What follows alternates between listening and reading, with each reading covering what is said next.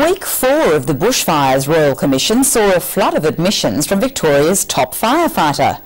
The Country Fire Authority's Russell Rees said system failures had left Victorians without adequate warnings on Black Saturday. He also backed away from the long-defended stay or go policy. Royal Commission reporter Jane Cowan.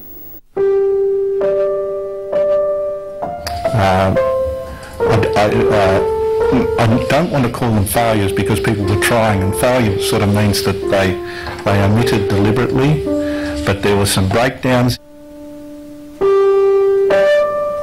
It's perhaps the defining moment of the Royal Commission so far, a mea culpa from Victoria's fire chief, and an apology of sorts. We deeply regret it. We regret the fact that certain things did not go as well as what we would want.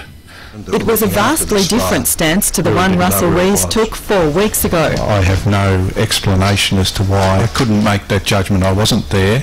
Now the fire chief admits there were system failures when it came to warning the public. Some of our systems, I think it is very clear, did not work as well as what we would want. And Mr Rees gave the clearest indication yet that the stay or go policy could be on its last legs. We can have a policy and preach it from the highest mountain, but if human behaviour is not going to go towards that, we've got to find an alternate way. After that, the capitulations came thick and fast, with Russell Rees giving ground on everything from the question of fire refuges. We need to think about what I call safety in place, some notion of providing an alternate.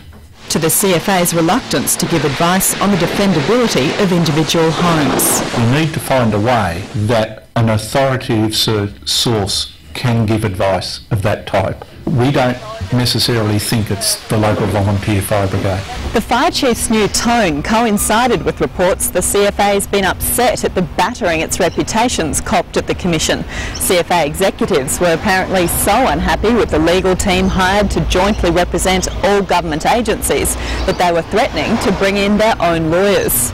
But by midweek it was happy families. The CFA is represented by the government team. The CFA was happy to be part of that arrangement. They agreed to be part of that arrangement.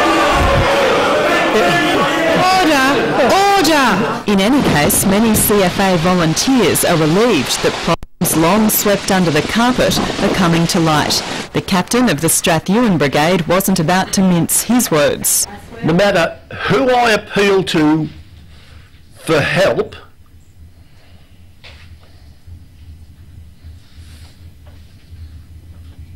no one helped me. It got to the stage, and I commented to one of my people that I said, it's like as if Strathewen has dropped into a black hole and doesn't exist. No help came from the CFA. They had a standard reply. We'll get back to you. Council workers arrived but quickly left. Too dangerous for us. And the police weren't much better. I've got people up there that are dead and dying literally on the side of the road.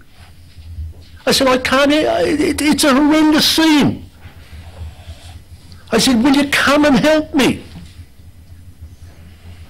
And the chap on the officer on the roadblock said to me, I can't do it, I'm under orders.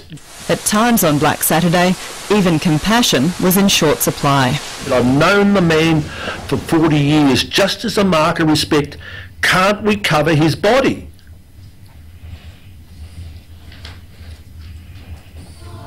And the answer came, no mate, not my job.